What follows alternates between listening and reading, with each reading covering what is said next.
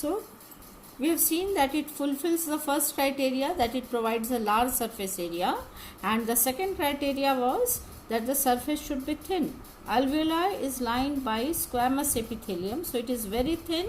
It permits the exchange of gases by diffusion, and this alveoli it is provided with a network of blood vessels, so it is fulfilling all the criteria of a breathing organ. Now you can see in this diagram, this is a diaphragm. It is a muscular partition that divides the entire body cavity into upper thorax and lower abdomen, and this lungs, it is supported by ribs. It is this diaphragm and ribs that helps in the mechanism of breathing. Now in breathing we know that there are two steps. First is inhalation, that is to take in air, and the second is exhalation, to give out carbon dioxide. Now remember, inhalation is an active process. What happens during inhalation? The diaphragm becomes, normally it is dome shaped, but it becomes flat, and rib cage, which supports the lung, it is lifted upward and outward. Thus the entire chest cavity and the lungs expand. So volume increases, therefore pressure decreases. Pressure inside the lung decreases, therefore outside air, which is at higher pressure, rushes into the lung. This is called inhalation.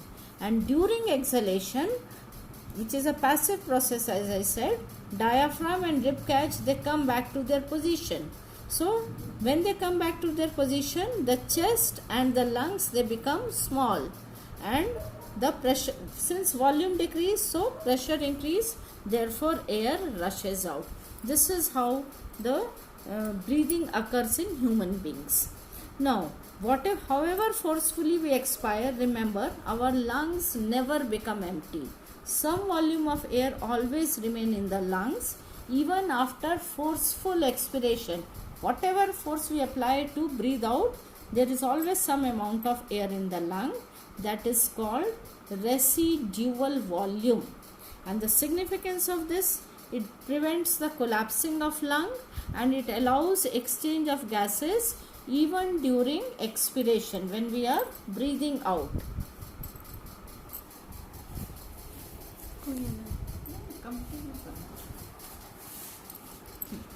Even when we are breathing out. Now only one topic is left here, and that is that after exchange of gases, how are these gases transported from lungs to each and every cell of the body. So after exchange of gases, how does oxygen reach each and every cell of the body? We know that diffusion can't help to transport oxygen from lungs to each and every cell.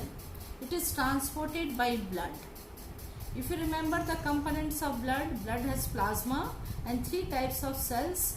It is RBC, WBC and platelets. Now RBC has a respiratory pigment called hemoglobin.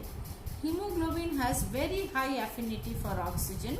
It combines with oxygen and forms a temporary compound called oxyhemoglobin. So thus oxygen gets transported from lungs to each and every cell in the form of oxyhemoglobin. When blood reaches the tissue, the carbon dioxide is given out and it is transported via blood through plasma, because carbon dioxide is more soluble than oxygen, so it is mostly transported in the dissolved state in plasma. I hope you have understood the various topics of the respiration. Thank you.